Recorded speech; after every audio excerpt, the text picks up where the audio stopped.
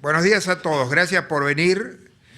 En nombre de la Cámara de Comercio Argentino-Británica tengo el honor de darle la bienvenida al seminario Liderazgo Sostenible, Desafíos y Oportunidades para la Gestión Pública y Privada. Esta es la primera vez que desde la Cámara de Comercio Argentino-Británica generamos un encuentro de estas características. La decisión de llevarlo adelante se enmarca en la 6ª edición del premio que cada año busca reconocer aquellos proyectos innovadores en diferentes disciplinas con alto impacto en la comunidad en la que se desarrollan por su enfoque sustentable. Pero además hubo otra cuestión que nos motivó a tomar esta iniciativa, y es que estamos convencidos de que todos, desde cada lugar en el que nos desempeñamos, tenemos que trabajar en pos de la construcción de una agenda para lograr los objetivos de desarrollo sostenibles propuestos por las Naciones Unidas. Alcanzar los ODS requiere desarrollar ideas innovadoras, sostenibles, amigables con el ambiente y socialmente justas. Y en el rol de las empresas en este sentido es clave para conseguirlo, utilizando dichos objetivos como marco de referencia en la definición de estrategias, renovando y fortaleciendo su licencia social para operar, mantenerse vigentes en el mercado. Por supuesto que no pueden hacerlo en forma individual y aislada del contexto. Necesariamente se requiere una fluida interacción con los gobiernos, quienes deben crear y promover políticas públicas que contribuyan al objetivo planteado. Y para ello es imprescindible fortalecer la confianza y la transparencia, articulando acciones en un marco de integridad, transparencia y ética empresarial. Por eso es que hoy planteamos este encuentro como un espacio de reflexión y punto de partida para trabajar enfocados en estas cuestiones. Para eso, y haciendo referencia al compromiso que la Cámara tiene con este tema luego de 6 años de actividad, y para construir y consolidar esta agenda, tendrá un grupo de trabajo que será coordinado por Alfredo Pagano, acá en la segunda fila de Deloitte, para aquellos que no lo conocen, que trabajará en una agenda y una planificación anual en el tema. Así que Alfredo será la persona dentro de la Cámara que liderará el tema de desarrollo sustentable. Los dejo entonces en compañía de María Rigú, todos la conocen, directora de Rigú Consultores, Responsabilidad Social Empresaria y Responsabilidad y Sustentabilidad, quien moderará este interesante debate. Y para eso hay un grupo importante de panelistas: Carlos Gentile, secretario de Cambio Climático y Desarrollo Sustentable de la Nación; Marcelo Scaglione, subsecretario representante ante la OCDE dentro del Ministerio de Hacienda de la República Argentina; y Sebastián Vigorito, director ejecutivo del SEATS, Consejo Empresario Argentino para el Desarrollo Sostenible, que es alguien con quien trabajé muchos años y es una alegría poder hacerlo nuevamente en este caso. Así que muchas gracias y la dejo a María con ustedes, que liderará el grupo. Gracias. Muchas gracias, Julián. Bueno, bienvenidos y buen día para todos. Una jornada que va a tener mucha emoción con los premios después. Pero bueno, este primer pedacito de la mañana lo vamos a dedicar a pensar juntos el tema del liderazgo sostenible, tanto público como privado, así que tenemos un panel muy importante, diría, por lo que cada uno es y por lo que cada uno representa de los 3 panelistas. Tenemos estos 3 panelistas que tienen la característica común, digamos, de que reciben de alguna manera o son interpelados por una agenda internacional y que tienen la responsabilidad de transformar esta agenda internacional en herramientas concretas de transformación en la Argentina. Así que reciben, después tienen que hacer cosas con esta agenda.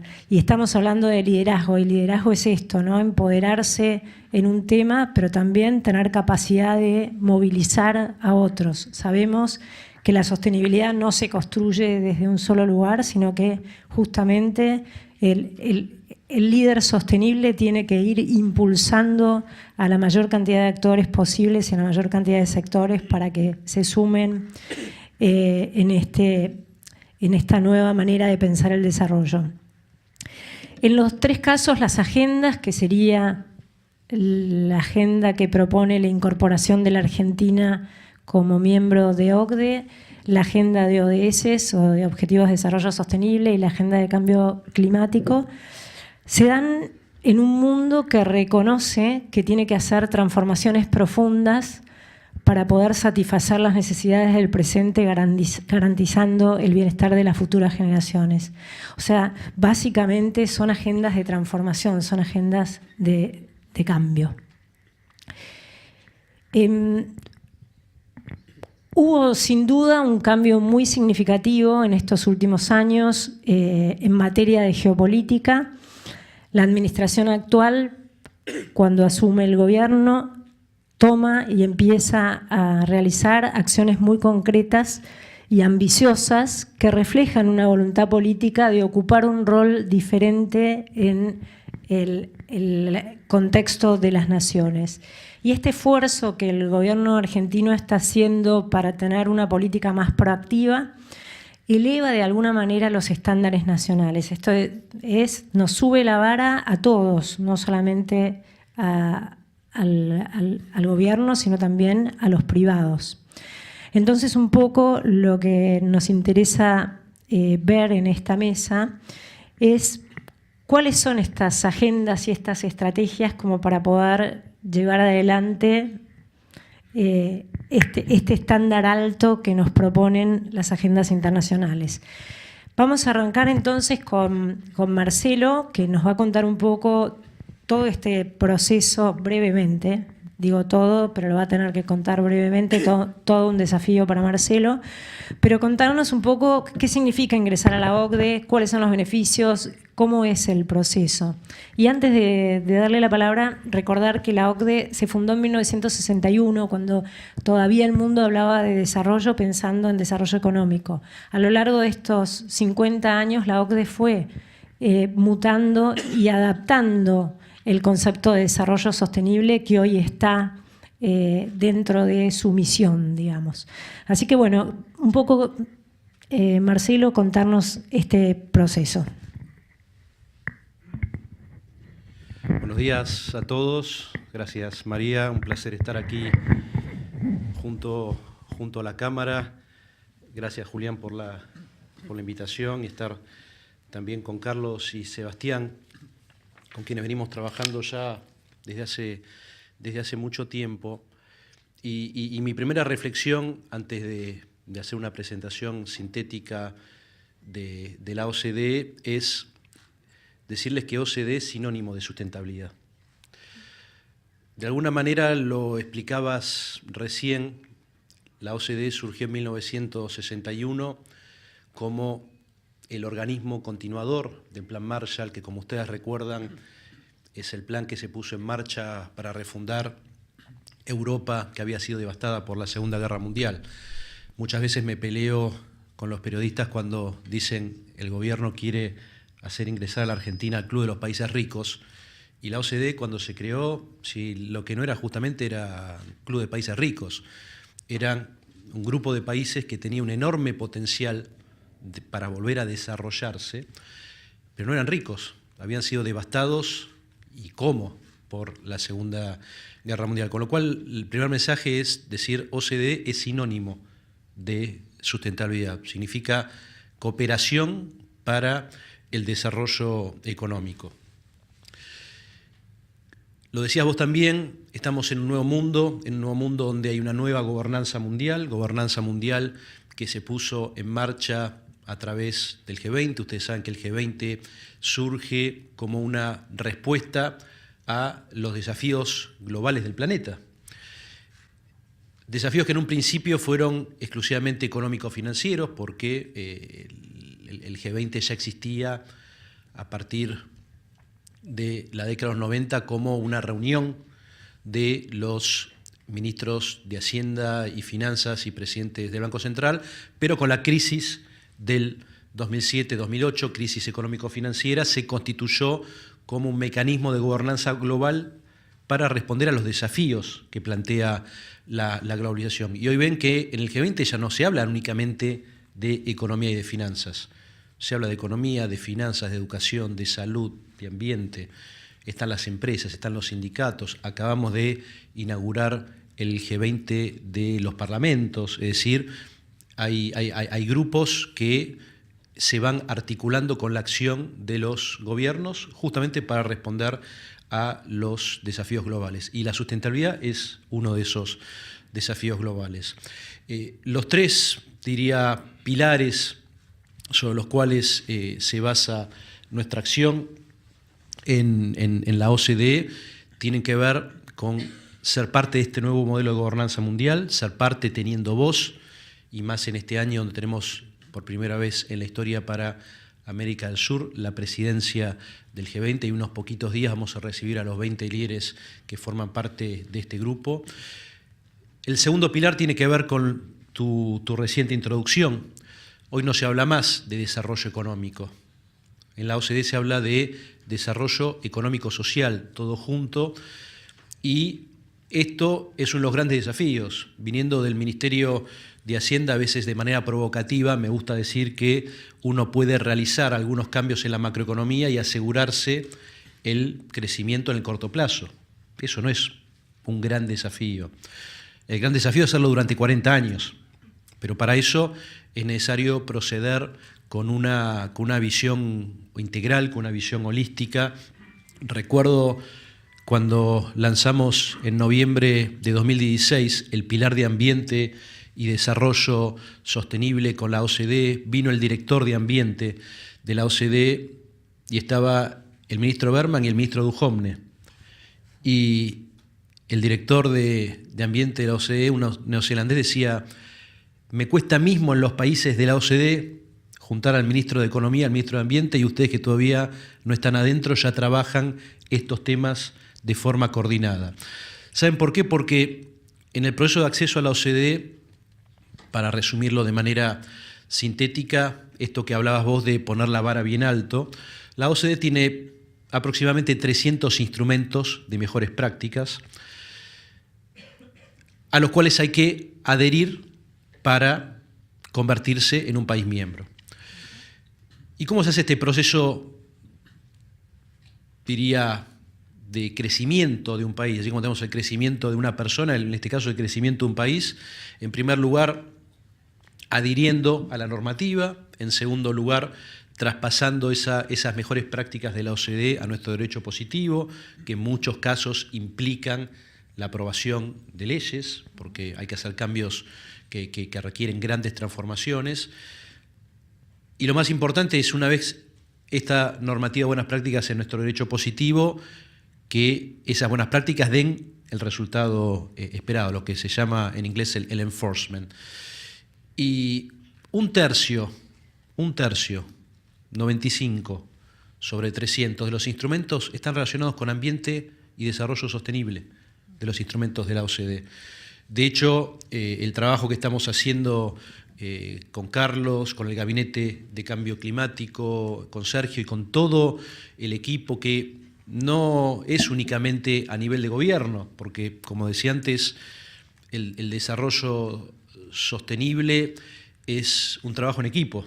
Esto que decimos continuamente de trabajar en el equipo, en el gobierno, diría, es un approach de cómo hacen los países desarrollados para encarar los problemas complejos. Y diría que los tres grandes beneficios para nuestro país del ingreso a la OCDE, este tema de ser voz, tener parte en las decisiones globales; el segundo, el desarrollo económico y social sostenido y sostenible. Usamos siempre estas dos palabras. Australia, que es uno de los países que miramos muchísimo, lleva ya 27 años de crecimiento, una tasa promedio del 4% por año. Y esto no se puede hacer, para terminar con la provocación que hacía antes respecto de el crecimiento a corto plazo y el crecimiento a mediano y largo plazo. Y esto lo dice la OCDE en sus estudios, y lo dice en sus estudios económicos, que de hecho los estudios económicos que hace la OCDE, vamos por el segundo actualmente, son estudios económicos multidimensionales. La OCDE analiza nuestra situación macroeconómica, que es lo que permite, de alguna manera, crear los fundamentales para tener los cimientos de una economía ordenada, porque veníamos de una economía desordenada, pero inmediatamente hace el link de las cuestiones macroeconómicas con las cuestiones que permiten ese desarrollo sostenido y sostenible a largo plazo. Y eso es educación, en lo que es lo que llamamos la infraestructura social. Educación es salud, es ambiente, ciencia y tecnología, es innovación. Y estos son procesos que se miden en décadas. Hoy sí los países de la OCDE son ricos. Hoy podemos decir la OCDE es un club de países ricos. No lo era hace casi 60 años cuando se creó. Y justamente por este approach de vincular el desarrollo económico, vincularlo con las cuestiones que lo hacen sostenible en el largo plazo. Y esto, y para finalizar con esta primera parte de la intervención, implica un liderazgo que no es únicamente el gobierno. Otro de los desafíos en este mundo es construir liderazgo con todos los stakeholders. El proceso de acceso a la OCDE no es únicamente una iniciativa del gobierno, es una prioridad de nuestro gobierno, ¿sí? Que lo estamos liderando el Poder Ejecutivo, con el trabajo que estamos haciendo hoy con casi 40 organismos entre ministerios, organismos descentralizados. Es una responsabilidad compartida con el Congreso, porque el Poder Ejecutivo lideramos el acceso, pero como les decía, tenemos que aprobar leyes estando en minoría en ambas cámaras, y eso exige un trabajo que realizamos semana tras semana con el Congreso, pero es un trabajo también donde están las empresas y los sindicatos. De hecho, pocos saben que, además de tener 37 países miembros que hoy originan el 75% de la inversión directa extranjera en el mundo y el 60% del comercio global, la OCDE tiene dos grandes socios que tienen voz pero no voto en la gobernanza de la OCDE. Uno son las empresas y otros son los sindicatos, porque el desarrollo económico sostenido y sostenible en una sociedad se da a través del trabajo de un gobierno compuesto por sus diferentes poderes, el Ejecutivo que lidera, el Congreso que realiza las transformaciones, la justicia que justamente tiene que intervenir para regular los conflictos, pero luego están las empresas, los sindicatos, están los ciudadanos, la sociedad civil, y así trabajamos en el marco del acceso a la OCDE. Eso es lo que nos permitió en 28 meses pasar de tener el apoyo de 6 países a ser hoy el único país candidato que reúne el apoyo unánime de todos los países para ingresar a la OCDE, porque justamente desde el principio planteamos este liderazgo del acceso a la OCDE como un trabajo en equipo, y no solamente como un trabajo en equipo intra-Argentina, sino que este trabajo lo hacemos uno por uno con cada uno de los países miembros. Muchas gracias, Marcelo. Seguimos, ¿no? O sea, esto es una primera intervención. Dentro de esta idea del liderazgo sostenible, de esta necesidad de hacer transversal la gestión de la sustentabilidad, esto es una problemática que atraviesa a cualquier organización o cualquier gobierno que se proponga trabajar en sustentabilidad, ¿no? Vos lo dijiste, tenemos que juntar el Ministerio de Economía y el Ministerio de Ambiente. No se puede ser sustentable solo desde la Secretaría de Ambiente. Pero para darle la palabra a Carlos, en 2016 se forma el Gabinete Nacional de Cambio Climático, que reúne a los ministerios y a las secretarías, y que en su momento, originalmente en el 2016, tuvo a su cargo la revisión de las contribuciones que la Argentina había prometido en la Cumbre de París. Recordemos que la Cumbre de París fue muy particular porque mientras transcurría la cumbre asumía el nuevo gobierno, o sea, fue una cumbre con 2 gobiernos, con toda la ambigüedad que esto supuso, pero bueno, un año después, en la cumbre de Marruecos, la Argentina eleva las contribuciones dentro del acuerdo. Contanos un poco, Carlos, qué estrategias pusieron en funcionamiento para para dar respuesta a estas agendas que tienen que ver con el ambiente, pero que también tienen que ver con la sustentabilidad, y justamente cómo trabajan esta idea de la transversalidad. Bueno, María, gracias. Ahora sí, ¿podré parar? ¿Llegar? Sí, buenísimo. Bueno, buenos días a todos. Antes que nada, muchísimas gracias a la Cámara por la invitación. Es un gusto para mí estar acá, especialmente yo soy chipling, así que también doblemente agradecido por estar acá. Bueno, tratando de responder lo que me comentabas, hice un PowerPoint bastante cortito, tiene 3-4 slides, pero me parece que es interesante para seguir la conversación y es ilustrativo. Por un lado, lo que es claro, y como comentaba María, es que tenemos a nivel global un desafío ambiental que es enorme, y si ustedes ven lo que fue el informe del grado punto 5 del IPCC, es claro que no solo es enorme, sino que es inminente. O sea, no tenemos mucho tiempo para responder a este desafío ambiental. Es hoy, ahora, y es urgente y es grande. Entonces, digo, eso queda muy claro, creo que para todos los que están acá. En ese sentido, el gobierno, como decía recién María también, se encontró con un camino con el que no estaba tan de acuerdo con el punto de partida, específicamente en lo que refiere al tema climático, pero también en varios temas ambientales. Justamente para responder a estos desafíos, básicamente lo que intentamos hacer, y estoy marcando dos instancias de liderazgo: por un lado se creó el Gabinete Nacional de Cambio Climático, y la creación del gabinete obedece a algo que para nosotros es particularmente importante y que creo que tiene mucho que ver con los desafíos que tienen ustedes en sus empresas. Lo que entendimos, y especialmente entendió el entonces ministro Berman, es que no podíamos hacer frente a un desafío que no dependía de nosotros solos. Ese desafío, como ustedes les pasarán en sus empresas, en nuestro caso en el ministerio, y mirando la contribución, no podemos rehacer una contribución con medidas propuestas e impuestas por nosotros. Esa contribución tiene componentes energéticos, de transporte, de producción, de agroindustria, de bosques, quizá ese sí es un poco más nuestro, pero todos los otros componentes no dependían de nosotros, por lo tanto, todos esos componentes tenían que ser consensuados y liderados incluso por otras áreas. En ese sentido, lo que le propuso el ministro del presidente es la creación de un gabinete nacional que esté compuesto por todos los ministros. El gabinete tiene una instancia de gabinete de ministros, digamos que es el gabinete propiamente dicho, pero después tiene otra instancia de gabinete ampliado en el que están representados el sector privado, el sector académico, el sector de la sociedad civil, y una instancia federal que está representada por el COFEMA, el Consejo Federal del Medio Ambiente, específicamente por una comisión de cambio climático. Lo traigo acá hablando de un panel cuyo título es Liderazgo, porque me parece que, y hablando con muchos de ustedes durante todos estos años, es un problema que tienen ustedes también.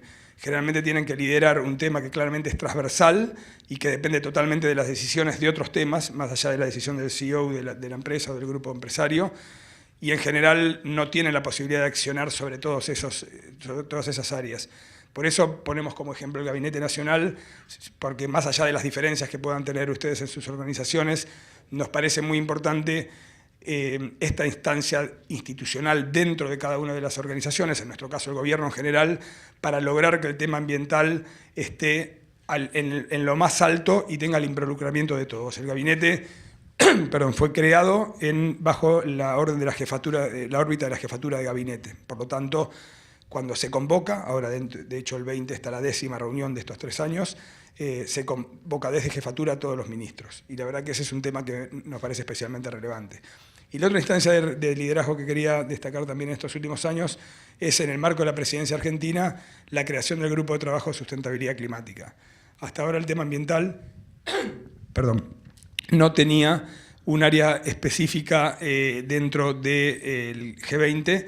El tema ambiental era tocado, primero, la mayoría, el tema predominantemente ambiental que se tocaba en G20 era cambio climático, casi excluyente, y no tenía un track propio, sino que estaba incluido en otros tracks, como generalmente finanzas o algún track productivo específico, pero no tenía uno propio. En la presidencia alemana del año pasado se subió, digamos, la categoría de cambio climático y pasó a compartir un track específico que se llamaba sustentabilidad con energía, junto con energía, y bajo la presidencia argentina decidimos separar ese track y crear uno específico de transiciones energéticas y otro de sustentabilidad climática.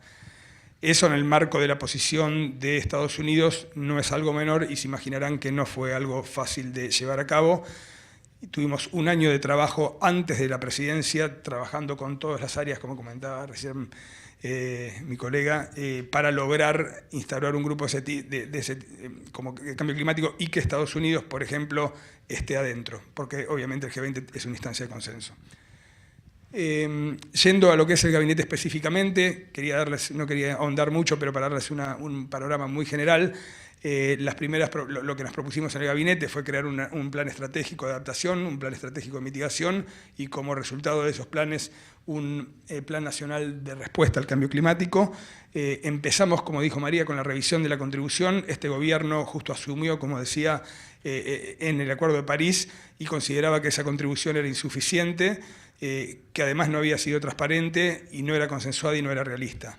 Justamente creamos el gabinete para asegurarnos que sean los ministros de cada área los que lideren este proceso, por lo tanto resultó a fin de año la contribución revisada una contribución realista, la hicimos bottom-up, o sea, de abajo para arriba, la construimos a partir de medidas, la suma de medidas de cada una de las áreas, y ustedes pueden ver en los planes sectoriales de cada uno de los ministerios las mismas medidas que pueden ver en la contribución. La hicimos economy-wide, o sea, es una contribución que barre con todos los sectores de la economía del país. Es transparente porque lo hicimos en el proceso del gabinete ampliado con, como decía, todos los organismos que mencioné antes, y fundamentalmente es más ambiciosa, es aproximadamente un 20% más ambiciosa. A partir de la contribución lo que hicimos fue concentrar todas esas medidas en 6 planes sectoriales, los 3 de la izquierda que componen más del 90% de las emisiones evitadas estuvieron listos el año pasado y ahora están en revisión. El de industria lo terminamos recién ahora, el de agricultura y ganadería estamos cerca y el de infraestructura lo vamos a terminar el año que viene. Con todos esos planes vamos a construir un plan nacional de mitigación, que ya está cerca de estar terminado, y uno de adaptación, que va a estar el año que viene, que dan a derivar en un plan nacional de respuesta al cambio climático. Más allá, una cosa que no mencioné es, el objetivo de la contribución nueva es justamente desacoplar el crecimiento económico del crecimiento en emisiones. Ese es el objetivo principal. Y lo que uno se pone es una meta al 2030, donde demuestra de qué manera va desacoplando ese crecimiento económico, que en un país como Argentina se plantea un crecimiento exponencial, del crecimiento en emisiones, intentando que en algún momento, idealmente antes del 2030, esa curva llegue a un punto de inflexión y empiece a bajar. Con eso se está demostrando que el desacoplamiento sería continuo en el tiempo. Pero más allá de eso quería comentar algún trabajo que estamos haciendo en otra área de la Secretaría, que tiene que ver con varios temas que les van a ser probablemente más familiares incluso que cambio climático y que también hacen a una visión que es la de desacoplar, pero de una forma un poco más integral. Por un lado, un proyecto de compras públicas sostenibles, por el otro lado, un trabajo que estamos haciendo con sistemas alimentarios sostenibles, una estrategia nacional de construcción sustentable. Estamos trabajando muy fuerte en eficiencia de recursos con la mirada de producción y consumo sustentable y un programa de emprendedores sustentables que se llama ProESUS, que probablemente muchos de ustedes lo conozcan. Y sin querer extenderme en esto, lo que quería era focalizar en la visión. La visión de este trabajo es una visión de desacoplamiento, pero un poco más integral que la de cambio climático, la de emisiones. Por un lado es una visión, y la parte más importante quizá, de desacoplamiento de recursos, del uso de los recursos. Justamente en ese sentido, es el aspecto que más nos interesa trabajar con el sector privado, cómo desacoplar el uso de materias primas, de energía, de agua, el uso de suelos. Ese es un desafío fundamental que va a tener como derivado el otro desacoplamiento, que es el desacoplamiento de los impactos. Y un ejemplo de eso es lo que les comentaba justamente, las emisiones. Pero es muy importante entender que el desacoplamiento de los impactos viene si se logra desacoplar el uso de los recursos. Justamente uno va a tener mejor comportamiento respecto a disminución de emisiones si antes desacopló el uso de los recursos. Finalmente, lo que quería decir para terminar es, para que ustedes conozcan, el trabajo que estamos haciendo a nivel internacional para también tratar de tener un liderazgo en este tema en el que nos sentíamos bastante atrás respecto a otros países. Y es alguno de los que ven acá. Por un lado, existe, a diferencia del cambio climático, que existe una convención marco muy fuerte y muy conocida. El desarrollo sustentable también tiene su instancia, que no es una convención, pero es un marco decenal, que es el marco decenal del Programa sobre Consumo y Producción Sustentables. Nosotros integramos ese board y estamos candidateados a ser uno de los 2 países que preside a nivel mundial ese board.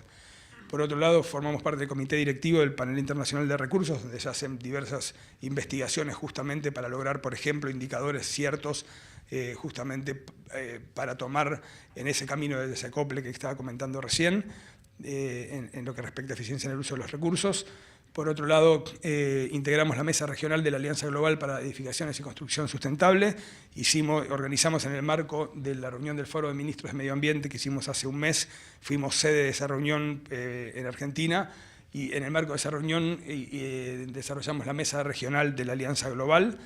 Y por otro lado, en el G20, como comentaba, creamos este grupo de sustentabilidad.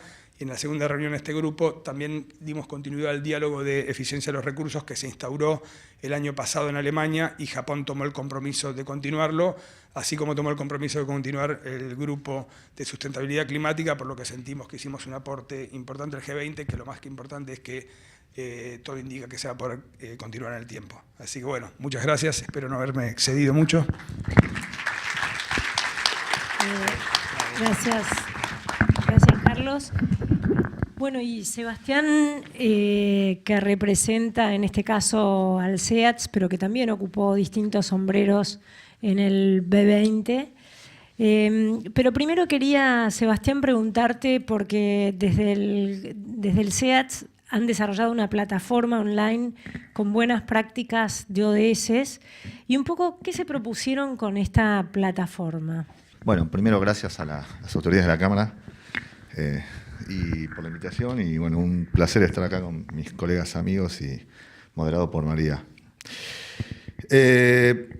Primero, ¿qué es la plataforma? La plataforma se le asocia a una plataforma online. En realidad la plataforma es un proyecto. El proyecto de la plataforma ODS.SEATS implica, además de una instancia online, es el desarrollo de capacidades. O sea, se dictan dentro de este programa capacitaciones, tanto in company como en grupo para las empresas, el desarrollo de herramientas. Desarrollamos herramientas que tienen que ver con la vinculación entre las estrategias empresariales y los ODS, en realidad con las metas de los ODS.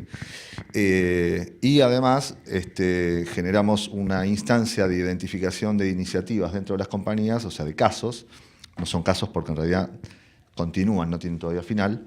Donde identificamos junto con las compañías y las ayudamos a desarrollar iniciativas que puedan ser documentadas y mostradas y publicadas como iniciativas, o mal dicho, casos vinculados a los ODS.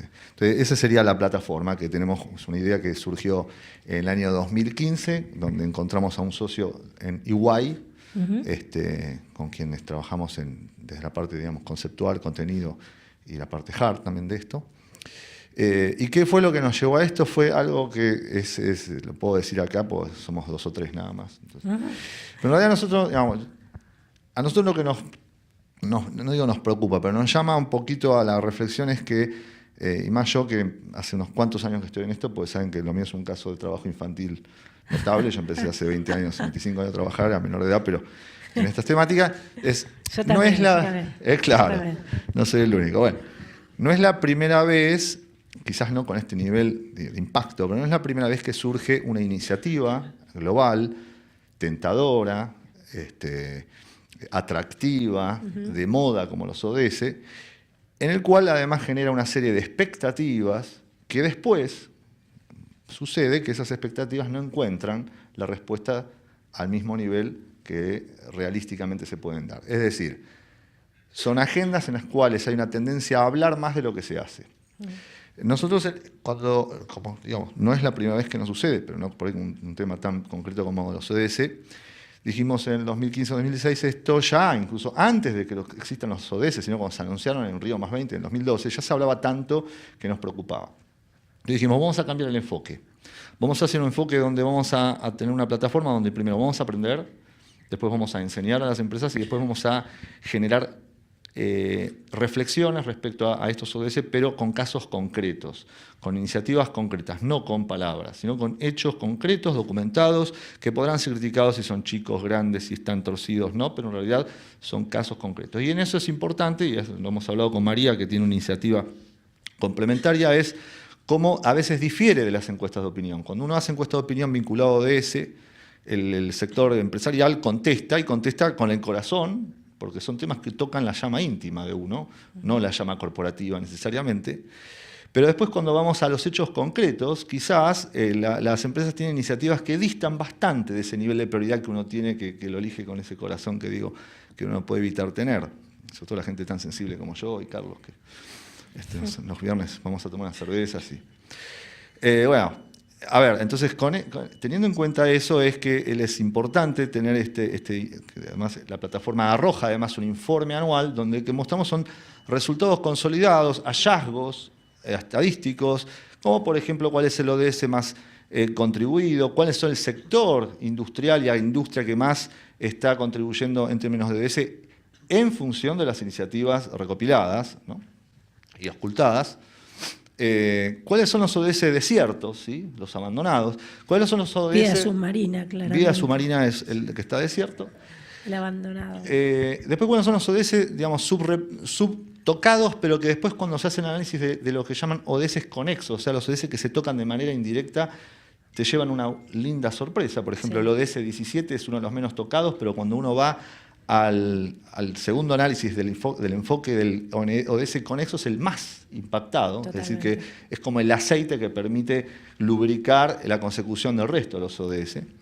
Y bueno, ¿cómo las empresas están generando alianzas? ¿Con quién? O sea, ¿gana sector público? Sí, gana sector público, pero ¿qué nivel de gobierno? Mira, sorpresivamente Nación, el municipio está creciendo, pero a menos velocidad que Nación, tiene mucho que ver con el estilo de este gobierno y con funcionarios como los Carlos y Marcelo, que hacen mucho más propenso las alianzas con el sector público a nivel nacional. Entonces, bueno, ese sería un poco el marco con el cual nos llevamos nosotros. Sí, queda claro que los ODS tienen hasta esta presencia de íconos atractivos y como fáciles de captar, y esta dificultad de cuando tenemos que meternos en profundidad, por ahí nos quedamos en esta superficie del iconito, ¿no? Y ahí, bueno, todas estas agendas, que son agendas complejas, no son agendas que uno se pueda poner en funcionamiento, o transformaciones que se puedan poner en funcionamiento en pocos días, ni mucho menos. Son agendas de cambio cultural muy profundo. Un poco también me interesaba preguntarte, Sebastián, ¿cómo ves desde vos que estás más próximo a las empresas, cómo están las empresas para adaptarse a este nuevo rol que propone el escenario global y que toma el gobierno local? ¿Cómo las ves?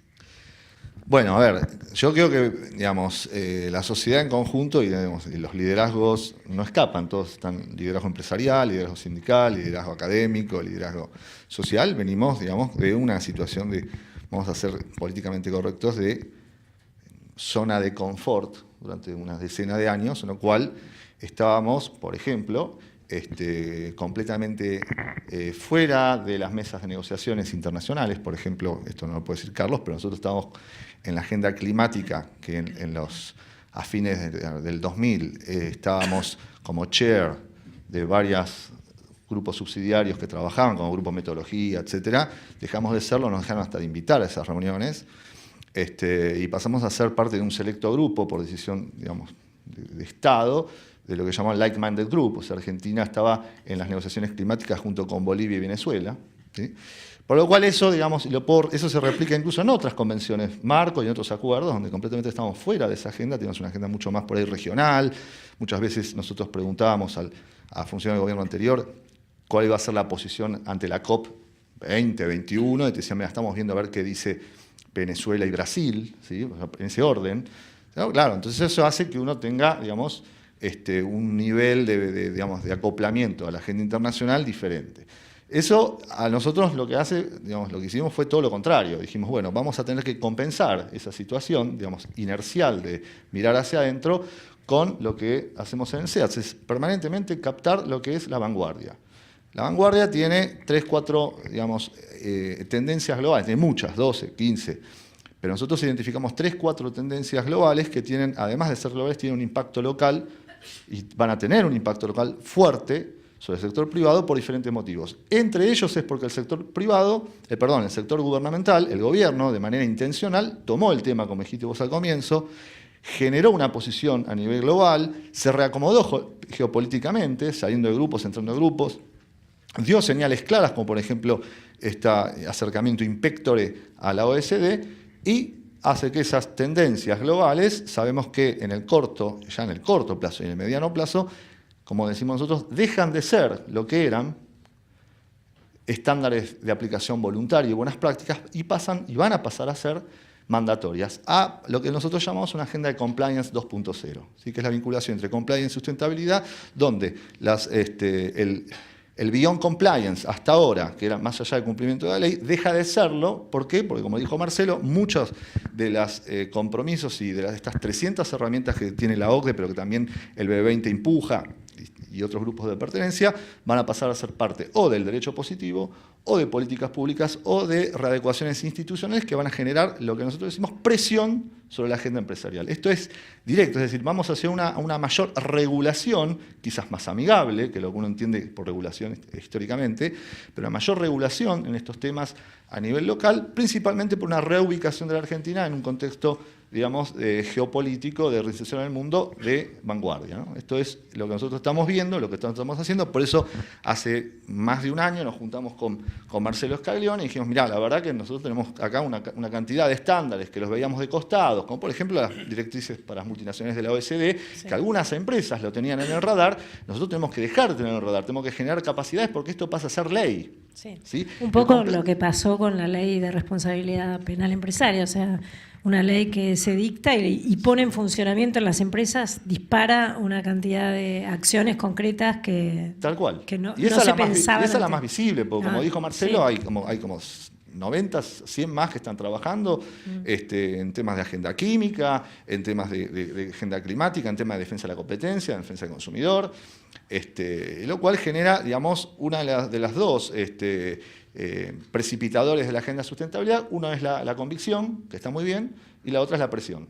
O sea, creo que vamos hacia un escenario donde va a haber muchísimo más presión sobre el sector privado respecto de estándares que hasta ahora eran de cumplimiento, entre comillas, voluntarios, y van a dejar de serlo. Ya están dejando de serlo. Y un poco, Marcelo, este ingresar que ya vemos que implica esfuerzos y esfuerzos para todos, ¿cómo sentís vos que reaccionan los distintos sectores involucrados y cuáles son los stakeholders con los que estás trabajando o los que están trabajando? Bueno, siguiendo con lo que recién explicaba Sebastián, me gusta poner el ejemplo de las personas. Me imagino que en esta sala muchos tienen hijos adolescentes y saben lo que significa tratar con hijos adolescentes. Veo algunas caras de espanto. Tenemos que partir del diagnóstico de que Argentina es un país adolescente. Por más que tengamos nuestra independencia hace más de 200 años. Porque en la práctica, y lo estamos reconociendo con mucho dolor, lo estamos reconociendo, nuestro país viene de 4 grandes males endémicos que no son únicamente del gobierno anterior. En algunas cuestiones el gobierno anterior los puede haber exacerbado, pero venimos de 80 años de corrupción, venimos de 80 años donde en 80 años solamente 2 presupuestos nacionales fueron equilibrados. Y calculo que en ninguna familia uno gasta más de lo que entra. Para el país la lógica es la misma. 80 años que la corrupción y el déficit se financiaron con emisión monetaria que genera inflación. Y cuando analizamos estas 3 causas nos damos cuenta que estas 3 causas son generadas la cuarta causa, que es la más triste para todos, que es 1/3 de la población en situación de pobreza. Digo, en primer lugar, tener claro este duro diagnóstico, porque es un diagnóstico de todos, donde todos somos parte y donde todos tenemos que hacernos cargo de lo que nos corresponde. Digo esto porque el modelo de trabajo en la OCDE, primero es partir de un diagnóstico que te lo realiza la OCDE. No lo realizamos nosotros, te lo realiza la OCDE, te lo realiza para ambiente, para salud, para educación, para la economía, para ciencia y tecnología, para innovación, para cuestiones de transparencia, gobernanza corporativa. Y como antes explicaba bien Sebastián, tenemos ahora la OCDE, que es una casa de las mejores prácticas. La OCDE tiene 300 comités y grupos de trabajo, donde cada comité lo que hace es, en primer lugar, evaluar cuál es la línea de base de los países miembros para cada uno de los temas, y en el caso de los países que van a pasar el proceso de acceso también.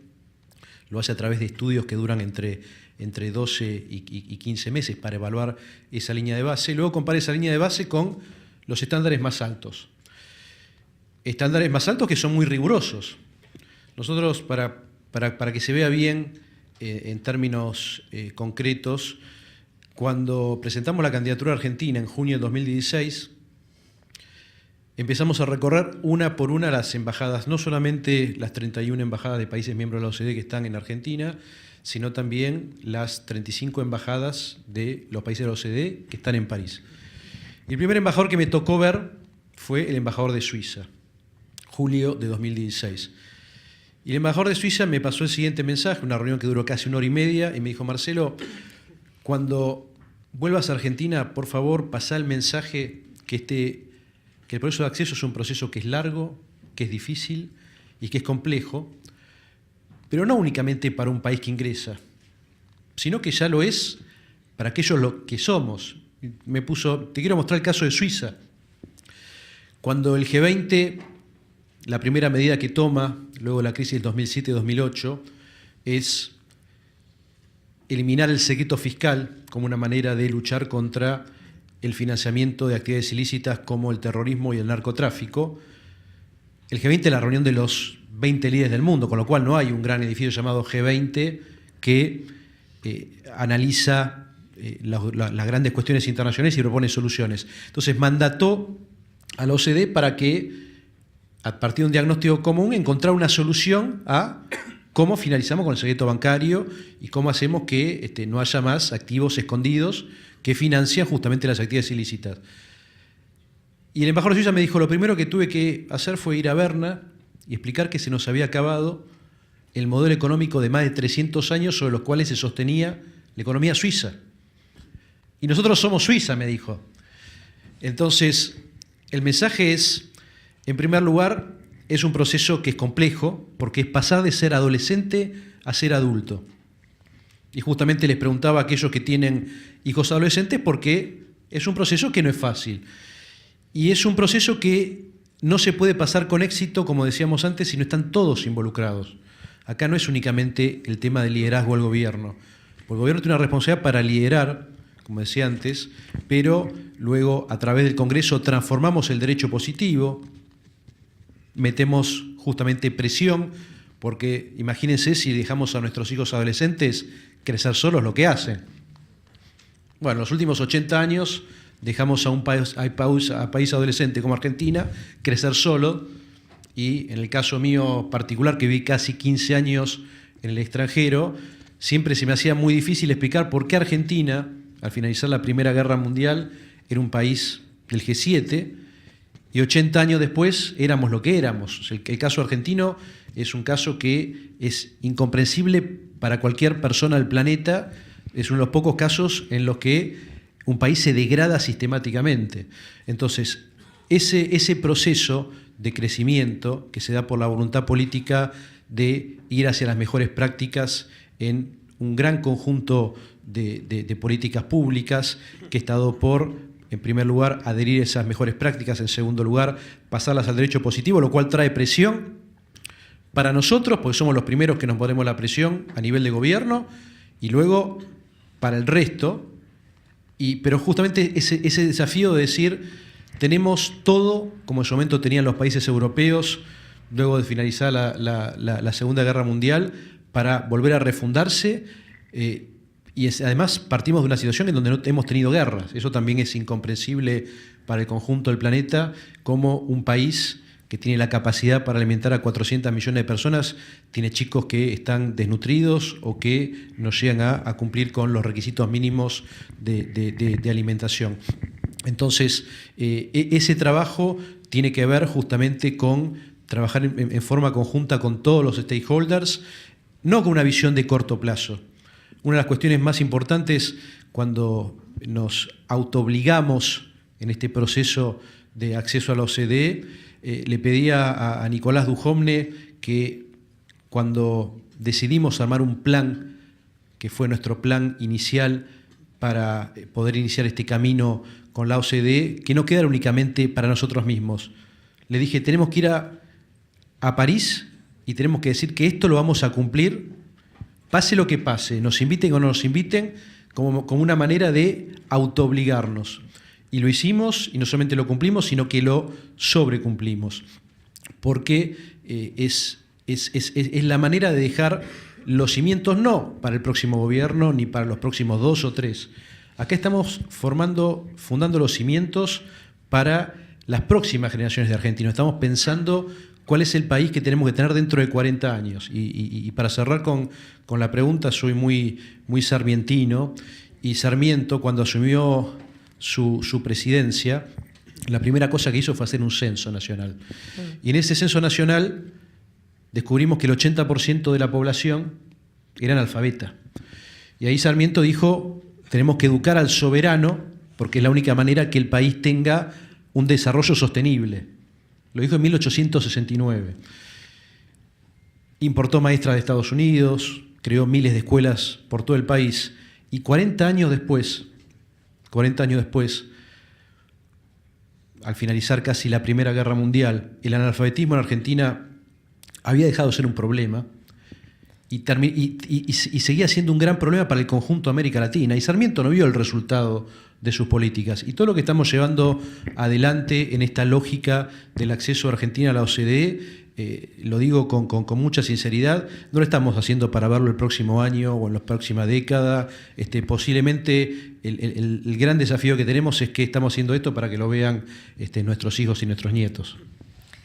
Muchas gracias. Bueno, pero y un poco cerrando, porque se nos acaba el tiempo, que además es tiempo de embajada, es tiempo más preciso, pero está claro que tenemos que salir de la zona de confort, está claro que nos estamos midiendo y nos estamos poniendo estándares más altos, un paralelismo para las empresas cuando se proponen hacer certificaciones y tienen que poner en funcionamiento mecanismos y trabajar articuladamente con equipos y tienen claro cuál es el objetivo y a veces se desaniman y hay que seguir encontrando cuáles son los mejores equipos de trabajo. Pero veo un desafío enorme de articulación público-privada, de escuchar a las distintas partes, ¿no? Esto de muchos de las exigencias se tienen que transformar en leyes y en leyes que sean aplicables, que sean también buenos incentivos y estímulos para el sector privado, para que pueda seguir trabajando. En 3 palabras cada uno, lo más breves que puedan, pero ¿cómo ven este desafío de trabajar juntos, de trabajar articuladamente y de sumarse a la agenda de gobierno o de sumarse a la agenda privada? La desventaja está en la punta, ¿no? Bueno, por ahí sobre el particular, para no ser muy filosófico, ¿no? Creo que estos esquemas de reinserción en el mundo o en el primer mundo nos obliga también a entender cuál es nuestra línea de base y tenemos que tener en cuenta que hay muchas medidas que pueden generar impactos en el hoy negativos para que sean impactos positivos en el futuro. Eso hay que tenerlo en cuenta, digo, porque hay muchas tendencias en el mundo sobre la hiperregulación o sobreregulación. Hoy lo que se está hablando es de smart regulation, ¿sí? Regulaciones inteligentes como para que no ahoguen, den tiempo, una palabra que ahora no sé si se usa o no, pero que haya cierto nivel de progresividad o gradualismo en la aplicación de estas normativas, sin que sean distracciones. Pero hay que ser muy inteligente de que la actividad privada viene con una inercia de algunos años, con algunos desacoples, etcétera, que bueno, que eso hay que tenerlo en cuenta con regulaciones inteligentes y trabajar con los sectores. Por eso, digamos, mi pledge en esto es, con Carlos y con Marcelo no hace falta repetirlo, pero que en todas las áreas de gobierno lo que necesita es diálogo, no perder el diálogo, y el diálogo pero superado, ¿no? El trabajo en conjunto, decir, mira, pensamos avanzar por acá, lo hemos hecho con Carlos varias veces, con cuestiones que por ahí desde ellos lo veían de una manera, nosotros el sector privado veíamos que tenían otro grado de realismo y se llegó siempre a un acuerdo, y creo que eso es lo que hace que después lo que uno se compromete hacia afuera sea cumplible y aplicable domésticamente. Y sea eficiente, porque finalmente si no tiramos para atrás, ¿no? A veces cuando queremos producir cambios y nos vamos un poco nos aceleramos demasiado, terminamos produciendo algo más negativo que positivo. Carlos. Creo que claramente lo que dijo Sebastián, tenemos un desafío que es mantener el diálogo. Nosotros hicimos todo lo posible por crear instancias de diálogo formales y amplias, y creo que el diálogo está fluyendo mucho más en estos últimos años.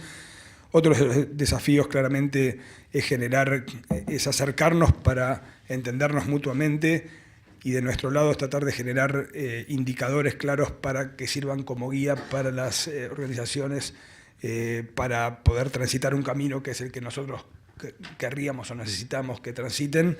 En general lo que vemos, como decía, es que existen herramientas, pero algunas de esas herramientas deberían tener algunas mejoras para nuestro gusto. Estamos hablando de reportes de sustentabilidad, por ejemplo, que más allá de tener un indicador como GRI, entendemos que hay muchas empresas que a veces les cuesta transitar, generar, digamos, un reporte que realmente para nuestro gusto incluso exprese de manera adecuada lo que realmente, el esfuerzo que está haciendo la empresa realmente.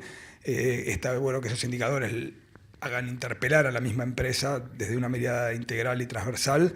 En ese sentido que te comentaba, estamos trabajando con un caso específico en el sector alimenticio para desarrollar indicadores específicos que permitan representar los desafíos ambientales que tienen las empresas del sector, y en ese sentido estamos a disposición también de todos para seguir conversando. Marcelo.